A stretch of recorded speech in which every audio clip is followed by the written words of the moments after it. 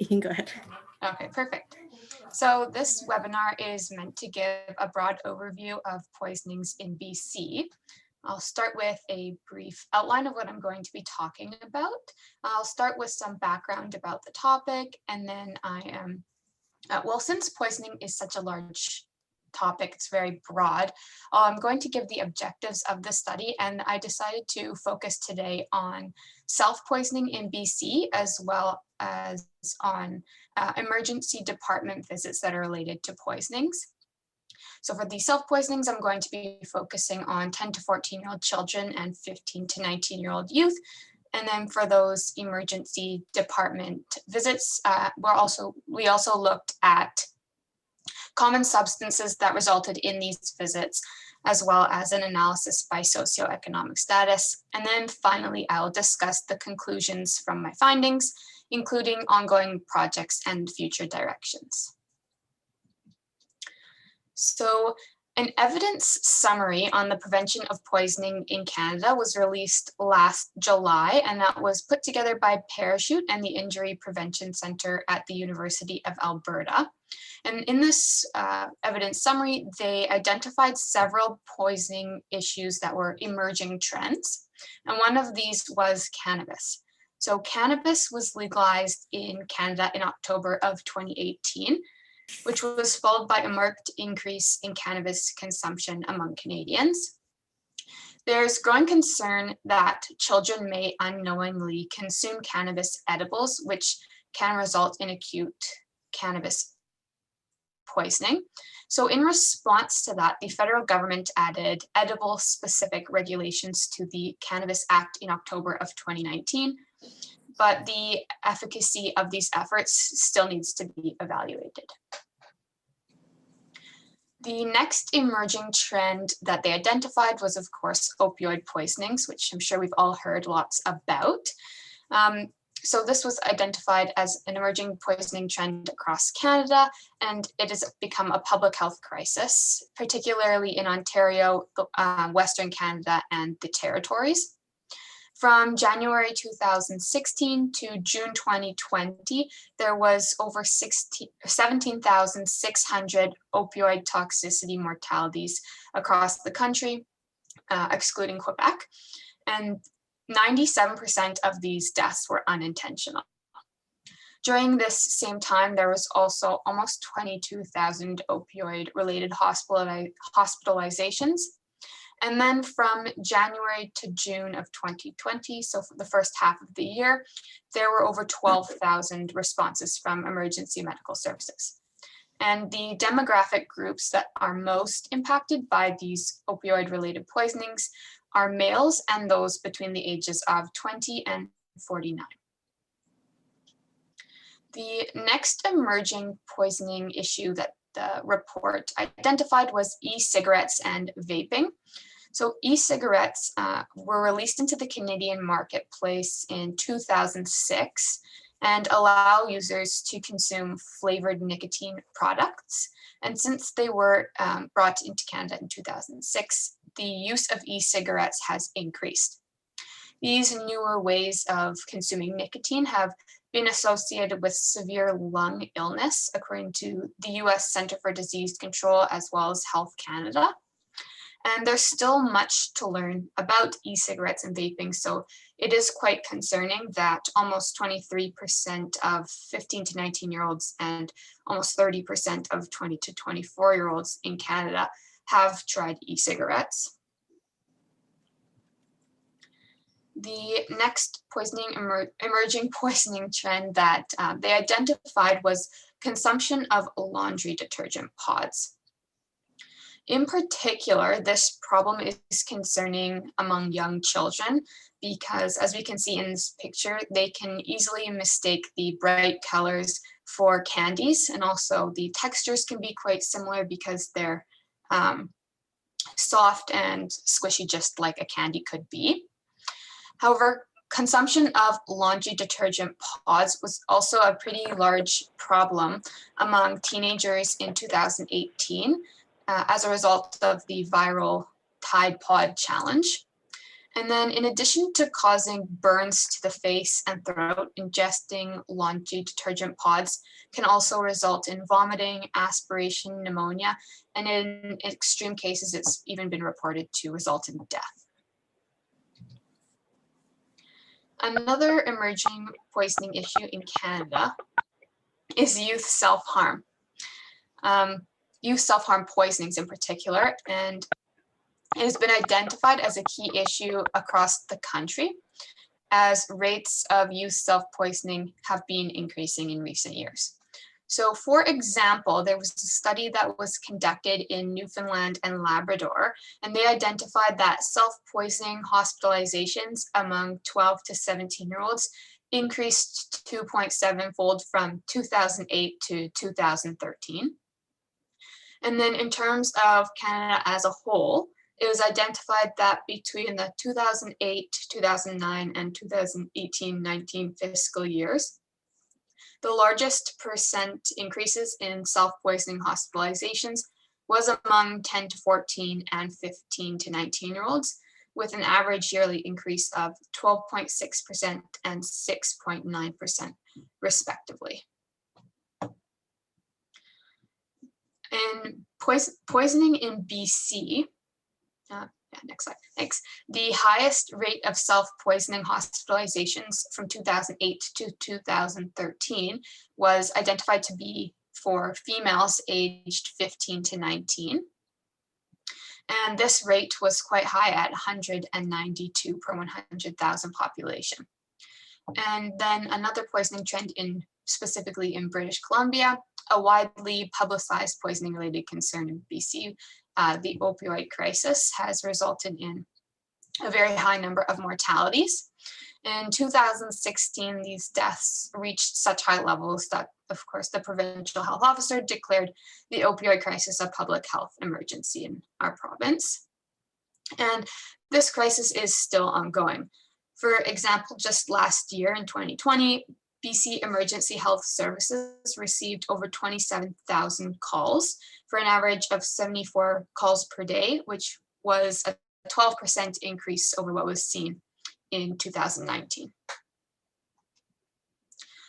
So based on all of this background information, there are still many unanswered questions about poisoning in British Columbia.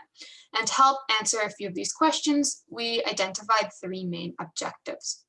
Firstly, our goal was to assess overall self-poisoning epidemiological trends in BC in terms of both mortalities and hospitalizations. Our second aim was to generate detailed descriptions of self-poisoning rates, particularly focusing on those 10 to 14 and 15 to 19-year-olds, including a comparison of access to local mental health services with rates of self-poisoning within each BC census division, and an analysis by socioeconomic status. And then for our third objective, it was to assess poisoning-related emergency departments in BC, including an exploration of which substances commonly result in these emergency department visits. And we noticed that there was a gap in the literature in terms of BC poisoning rates by socioeconomic status. Again, so our third aim also included calculating poisoning rates in BC by socioeconomic status. And for this, we used the Social and Material Deprivation Index created and validated by the INSPQ, which is a public health institute in Quebec, and I will talk more about that later on. So now I'm going to be focusing on the self-poisoning aspect of this project.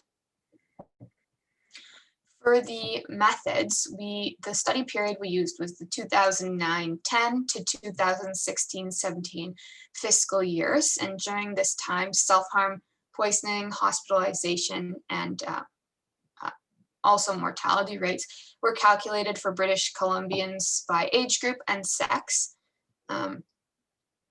So we used fiscal years for the hospitalizations and then calendar years for the mortalities. And this was done by extracting self-harm poisoning hospitalization data from the discharge abstract database, and then mortalities were obtained from vital statistics. And then Each of these values were then divided by the relevant population, which was obtained from Statistics Canada, and then we multiplied by 100,000 to get rates per 100,000 population. The self-poisoning hospitalization rates among 10 to 19-year-olds were then calculated by residential census division. And then finally, the self-poisoning rate among 10 to 19-year-olds in each census division was geospatially compared to accessibility of local youth mental health services. From 2009 to 2017, self-poisoning mortality rates did not increase or decrease for any age group. Rates were the lowest among 10 to 14 and 15 to 19-year-olds, while rates were the highest among 45 to 64-year-olds, as well as those over the age of 75. So now in terms of hospitalizations, from 2009-10 to the 2016-17 fiscal year, self-poisoning rates among 10 to 14-year-olds increased 2.7-fold, which was the highest among any age group in the province. And this reached a rate of 65 per 100,000 population. Meanwhile, rates also increased 1.7-fold for 15 to 19-year-olds, and this reached a rate of 180 per 100,000 population. So as we can see in this figure, 15 to 19-year-olds in the dark blue line had the highest self-poisoning rate every single year of the study period, which is obviously quite concerning. So these are the key reasons why our research chose to focus on the 10 to 19-year-old age group. So the highest self-poisoning hospitalization rate was among 10 to 15-year-olds. And when we look at it by sex, we can see that females had a much higher rate than males of the same age. This rate for females was 225 per 100,000 population, while the 15 to 19-year-old males had a lower rate of 56 per 100,000 population. And as for 10 to 14-year-olds, we can see that there is a large significant difference between males and females, which also supports the conclusion that females are really the driving force behind these high rates of self-poisoning hospitalizations that we're seeing among children and youth. This image here is a heat map of child and youth self-poisoning hospitalization rates by BC Census Division. The blue dots are individual child and youth mental health services, while the green circles with the numbers in them represent clusters of youth mental health services. So a circle with a 7, for example, would be a group of 7 services close together. The census divisions with the highest rates were all located in rural regions of BC. So the highest rate was in Skeena Queen Charlotte, which is in the center on the left. And that rate was 423 per 100,000 population. And then this was followed by the Central Coast, which is just below that on the map, with a rate of 337 per 100 population. And then the third highest census division was in the top right corner of the province up in the Northern Rockies, with a rate of 328 per 100,000 population. In the census divisions with the highest rate of child and youth self-poisoning hospitalizations, we can see on the map that youth mental health services are quite poorly distributed. And in the case of the Central Coast and Northern Rockies, the services are very scarce. So now I'm going to be talking about self-poisonings among children and youth by socioeconomic status. Sam, before we continue, we just have a question. Is self-poisoning the same as intentional poisoning? Yeah, so that's a good question. So there's several ICD-10 codes for intentional poisoning. So we didn't include all of them, like we didn't include assault poisoning, but the ICD code that we did use would include suicidal intent as well as self-poisonings, non-suicidal self-harm. So just those that are intended as suicides or self-harm that is not intended as a suicide, but not intentional poisonings done by someone else, for example, like a assault. Hopefully that answers that question. So yeah, like I said, I'm going to now be talking about socioeconomic status with self-poisonings among children and youth. So we use the INSPQ deprivation index, which it was developed as a neighborhood deprivation index using Statistics Canada census data for those aged 15 years and older. And the factors they considered for material deprivation include the proportion of individuals who have not obtained a secondary school diploma, the employment to population ratio, and the average income. And then for social deprivation, they included the proportion of individuals who live alone, the proportion of those who are separated, divorced, or widowed, and then the proportion of those with single parent families. So for the methods, first, the poisoning cases were assigned to a material and social deprivation score, which matches the dissemination area where they live. And the scores range from 1 to 5, with the first quintile being the least deprived and the fifth quintile being the most deprived. Child and youth self-harm poisoning hospitalization rates were calculated by both material and social deprivation by adding poisoning cases among individuals in each social and material quintile, and then dividing by the number of 10 to 19-year-olds who live in neighborhoods that belong to that quintile, and then again multiplying by 100,000. When looking at self-poisoning hospitalization rates among 10 to 19-year-olds by material deprivation, with the first quintile being, again, the least deprived and the fifth quintile being the most deprived, there wasn't really any relationship with material deprivation. And then when we looked at social deprivation for 10 to 19-year-olds with self-poisoning hospitalizations, there was a large significant increase among those living in the most socially deprived neighborhoods, reaching a self-harm poisoning hospitalization rate of 208 per 100,000 population. So yeah, it's a pretty stark increase there. So this figure here depicts self-poisoning hospitalization rates for 10 to 19-year-olds BC by social quintile, and then it's controlling for material quintile. So we looked at both quintile types at the same time. And we can see that within each material quintile, the largest difference between successive social quintiles is between the fourth and fifth social quintiles. So these increases range from 23 to 116% in magnitude, indicating that social deprivation is a particularly important factor in self-harm poisonings among children and youth in the most socially deprived neighborhoods. So on the next slide, we looked at this same information shown on the previous page, except we switched the positions of social and material deprivation just to display the results a little differently. So by viewing the rates this way, we can more clearly see that after controlling for social deprivation, the self-poisoning hospitalization rates among children and youth generally increase with material deprivation, particularly those in neighborhoods with the greatest material deprivation. So now I will be discussing poisoning-related emergency department visits.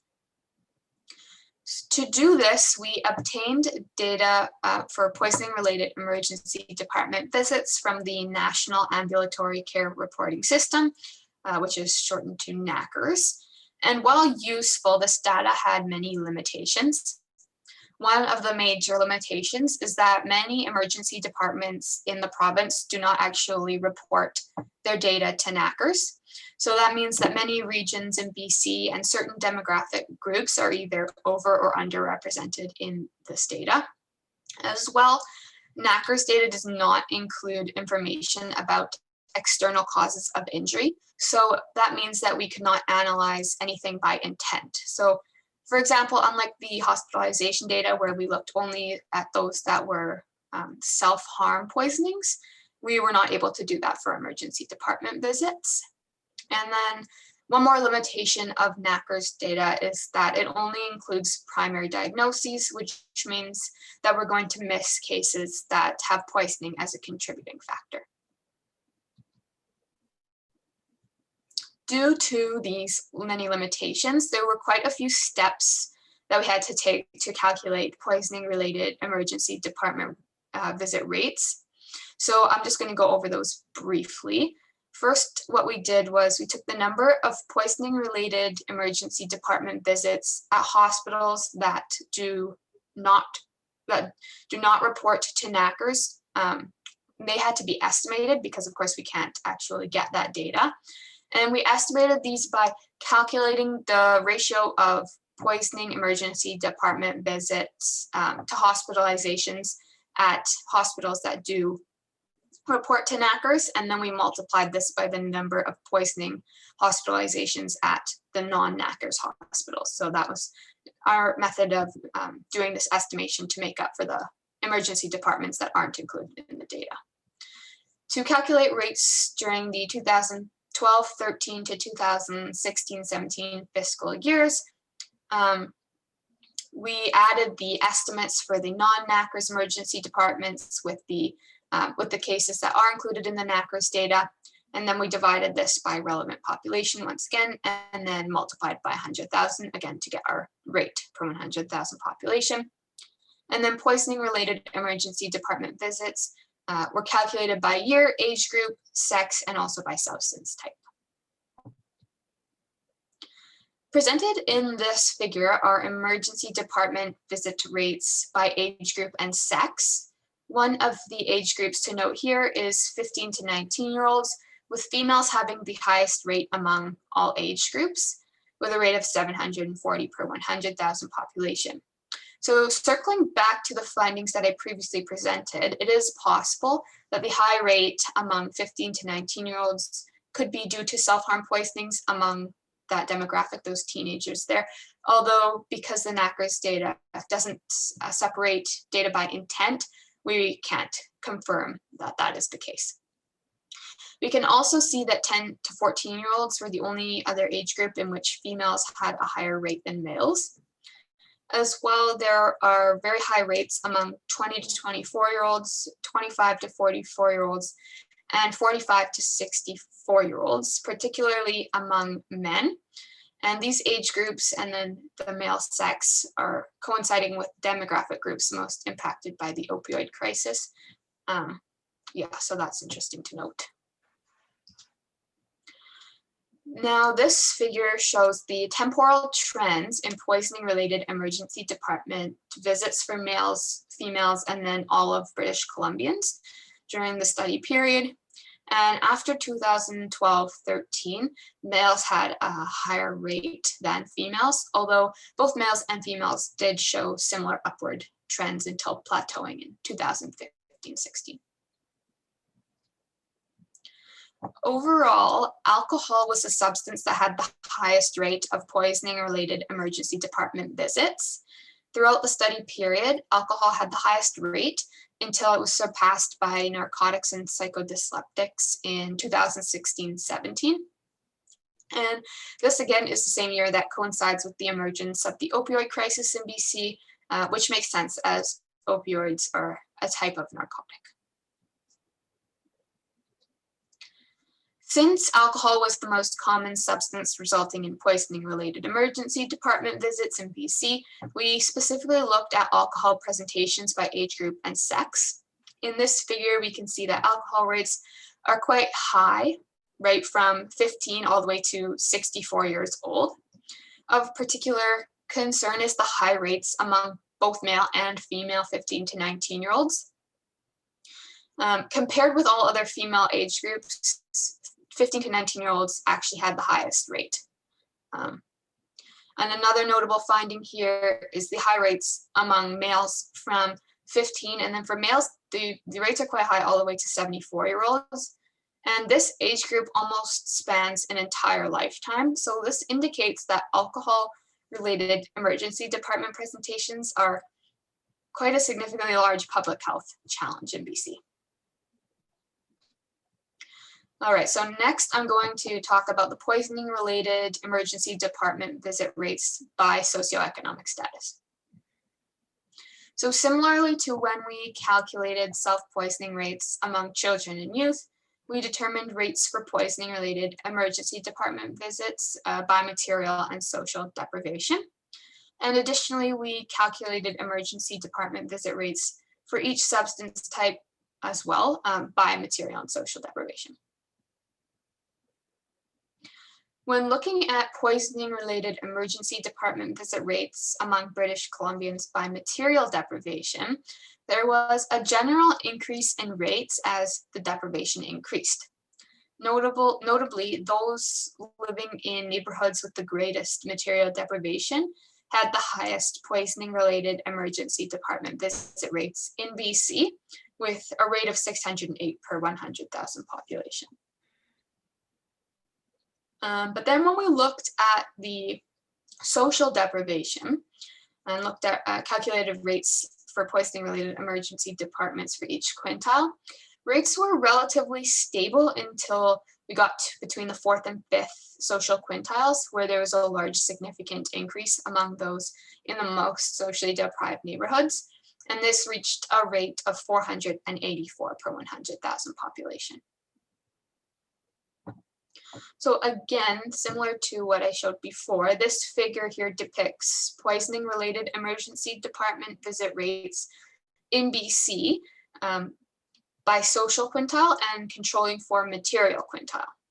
The result that stands out here is that those in the most socially deprived neighborhoods have the highest poisoning-related emergency department visit rates, and that high social deprivation becomes more of a factor as the material deprivation increases. Overall, this figure shows that those with the highest poisoning-related emergency department visit rates are those residing in neighborhoods that have both the greatest material and social deprivation, with a rate of 1,102 per 100,000 population. Again, we're going to look at this data presented a little differently, this time by material quintile, controlling for social quintile. And with each quintile, rates increase with material deprivation, particularly among those in neighborhoods with the greatest material deprivation. When looking at poisoning-related emergency department visit rates among British Columbians by substance and by material deprivation, alcohol presentations steadily increased as material deprivation increased, reaching a rate of 222 per 100,000 population. As well, we can see that there was a significant increase in the rate of narcotic and psychodysliptic presentations in the most deprived quintile, with a rate of 77 per 100,000 population. In terms of poisoning-related emergency department visit rates among all British Columbians by substance and by social deprivation, alcohol presentations actually drop off and then increase as we move towards greater social connectedness. As well, we can see that there was a steady increase in the rate of narcotic and psychodysliptic presentations as social deprivation increases, which is marked by a large significant increase in the most deprived quintile, with a rate of 94 per 100,000 population. So now I'm going to move towards the conclusions and the findings about the findings of this research. So we found that compared to other age groups, there's been a disproportionate increase in self-poisoning hospitalizations among children and youth in BC. And this result concurs with existing literature that found quite similar trends among children and youth in individual Canadian provinces, in Canada as a whole, as well as in the United States. And from our findings about self-harm poisoning hospitalizations, we were able to conclude that children and youth living in the most physically and socially isolated neighborhoods with poor access to mental health services had the highest rates of self-poisoning hospitalizations in the province.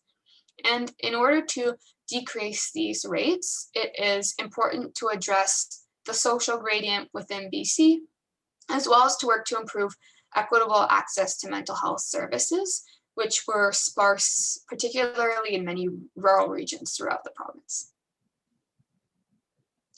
So alternatively, there are potential public health solutions that may help decrease rates of self-harm. One example is the Sources of Strength program, which is a suicide prevention program that was evaluated in random controlled trials in the United States. They looked at 18 high schools, 12 of which were in rural regions, and the program was found to increase student connectedness to adults, increase their school engagement, perception of adult support, and acceptability of help-seeking behavior, while decreasing maladaptive coping behaviors among participants. This program is a great option, not only because it's been shown to be effective in rural regions for youth, but also because it increases help-seeking behavior, which may be more difficult for those who are in regions of the province with fewer social support networks. And it also decreased maladaptive coping behaviors, which is a common reason for self-harm among youth. Another potential solution is the Signs of Self-Injury program. And this can be implemented in secondary schools to educate both staff and students about non-suicidal self-injury. And this one was evaluated using a pre-post survey in 5 United States schools. And it has been shown to increase knowledge among students and staff at the schools about non-suicidal self-injury and improve preparedness of students to seek help, which is, again, a key issue for those residing in neighborhoods with lower social support.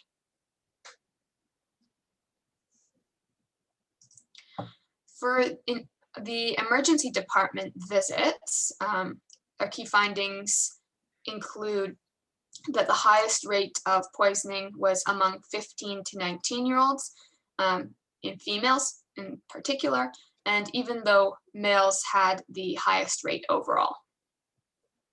In terms of substances, alcohol consumption proved to be very concerning and consistently resulted in high rates of emergency department presentations.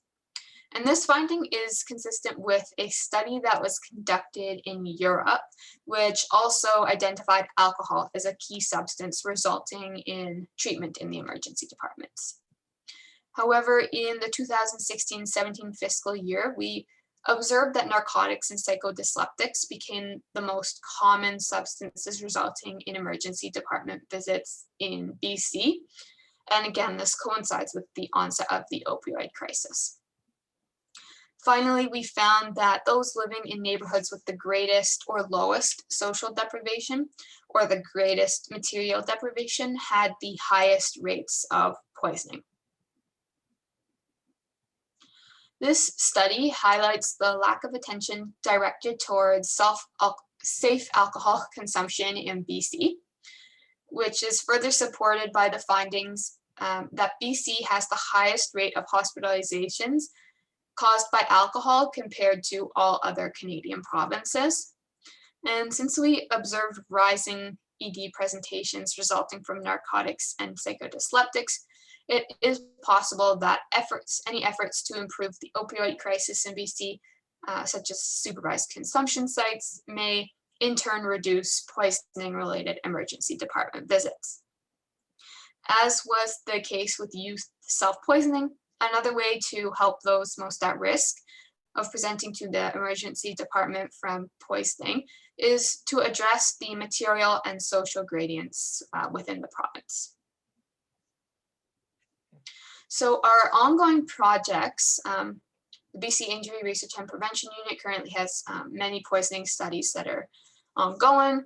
One of these projects is to update the report on the economic burden of poisoning in BC, which hasn't been updated in over a decade. And then another ongoing study at the unit is on the topic of opioid-related poisonings resulting from workplace injuries, which is a very important topic given the severity of the opioid crisis in BC. And then finally, the Canadian Hospitals Injury Reporting and Prevention Program is looking at alcohol-related poisoning presentations at BC Children's Hospital.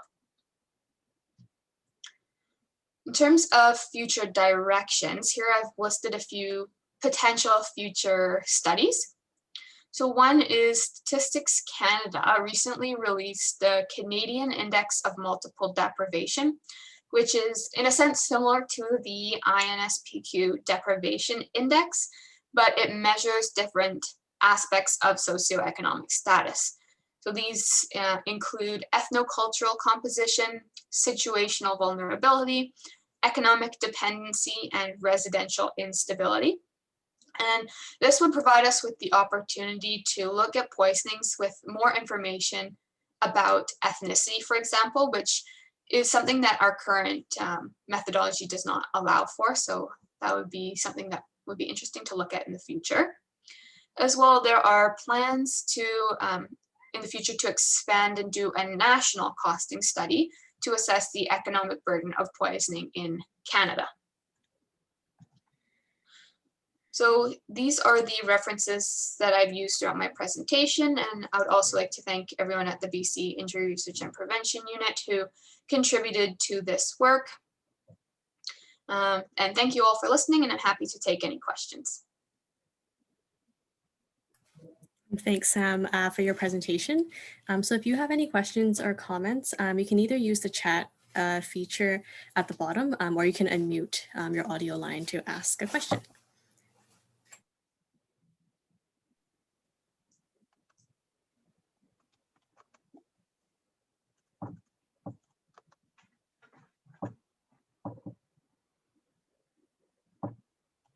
Sam, we have a comment from Brian Melnick and says that was excellent, the presentation. Oh, thank you. We also have another question. Why did the study only go until 2017? Yeah, that's a great question. So the study only went until 2017 because there's a lag in obtaining data from the discharge abstract database and vital statistics. So unfortunately, we only have data up until the end of the 2017 fiscal year for hospitalizations and the end of 2017 for the mortalities. And the same thing goes for the NACRS data. So we just don't have access to any more recent data, and that is the reason. There's also another comment. I wonder about poisoning and suicidal and non-suicidal self-harm in relation to COVID-19. COVID-19, especially social and emotional impacts on mental health. Yeah, I wonder that as well. So I wish we had like up-to-date data and we can really look at that. I did add a slide. Anita, if you can go like 2 slides next. There was one more. Yeah, there was a study that was published in the Canadian Journal of Psychiatry, and it surveyed 622 14 to 28-year-olds in Toronto about mental health. And this was done, I believe, fairly early on during the pandemic. And they found that 49% of the survey respondents reported substantial disruptions to mental health services, while up to 44 reported unmet support needs. So when that data does become available, I do imagine there could be an increase, but I can't say for sure because of course we don't have that information. But yeah.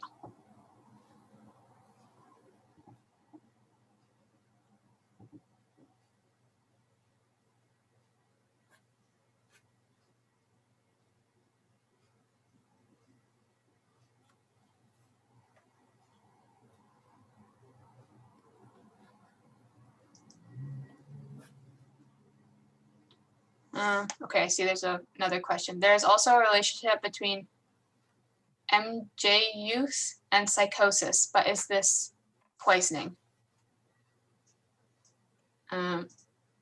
What is MJ? Oh, okay. So cannabis. So cannabis poisonings. When I pulled out the substances for the youth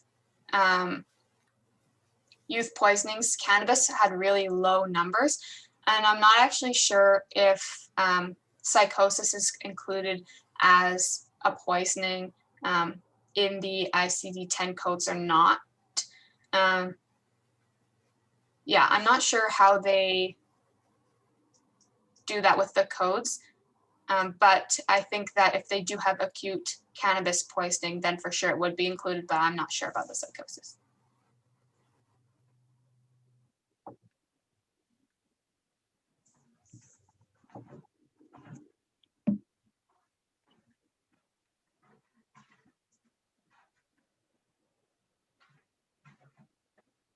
Sam, I actually have a question if you don't mind. Yep. If the poisoning, so you show graphs of the poisoning hospitalizations and they seem to have increased so much for children and youth. Why do you think that the deaths didn't include as well, or didn't, increase as well? Yeah, that is a good question. So like all the age groups for the hospitalizations other than children and youth. So for every other age group other than children and youth, the hospitalizations didn't increase, but only for 10 to 19-year-olds, we saw those upward trends. And then for the mortalities, there was no upward trends for any age groups. And I think that this is probably because self-poisonings have very low mortality rates. The literature suggests the literature suggests that those who do self-poison themselves usually don't intend to kill themselves because self-poisoning does have such low mortality rates. Normally, the literature suggests it's just used as a coping mechanism. So perhaps that's why the 10 to 19-year-old demographic has such high rates of hospitalizations, because they're using it as a coping mechanism, but it's just not, it's not very deadly. Thanks, Sam. We have another question. One of your findings say that females between ages 15 to 19 are highest with regards to hospitalization visits. What are the contributing factors to this case among females compared to other youth age groups? So I guess compared to the 10 to 14-year-olds. So for 10 to 14-year-olds and 15 to 19-year-olds, those are the two age groups where when we compare males to females, there's the largest difference between the two sexes. And this might be because we all are seeing higher mental health concerns among females. This could be related to that. But in comparing older teenagers to younger teenagers, I'm not sure why older teenagers might be more prone to self-harming than younger teenagers, but it definitely does increase. Like 10-year-olds aren't self-harming as much as those in the older age groups. So it could be that 15 to 19-year-olds, each age within that group has a high rate of self-harm, but then 10 to 14-year-olds, you really don't see it in younger children as much as older teenagers. But the contributing factors I cannot confirm, but it could be related to a growing number of mental health concerns in older teenagers.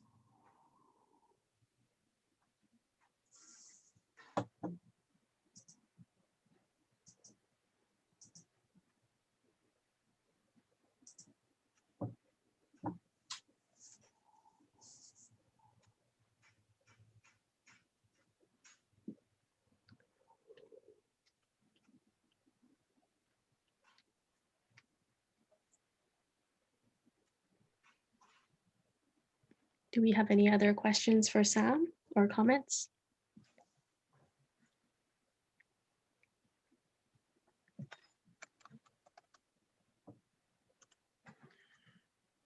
Okay, looks like we have one more.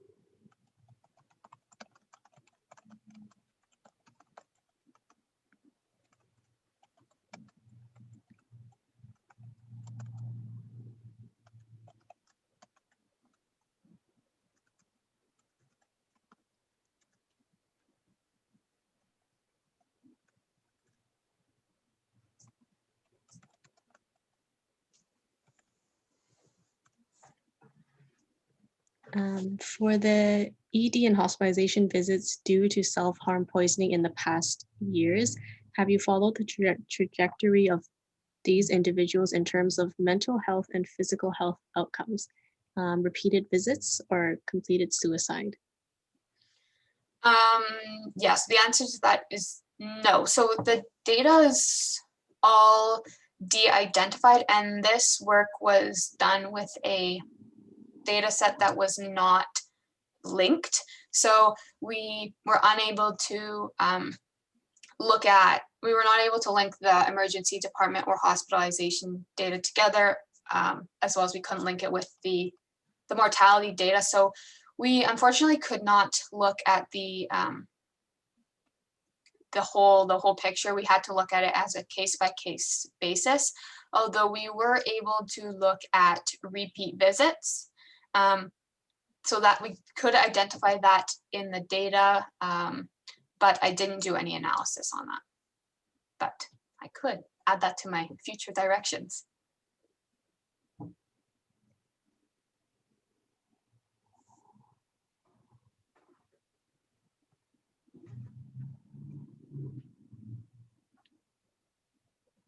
We have some comments just saying thank you for your presentation.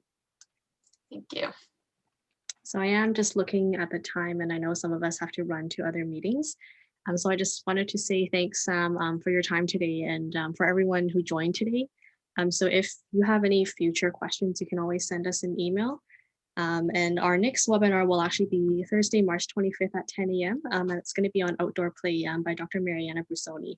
And details on the webinar will be available via the BCIRPU newsletter and website. And we look forward to having you join us again.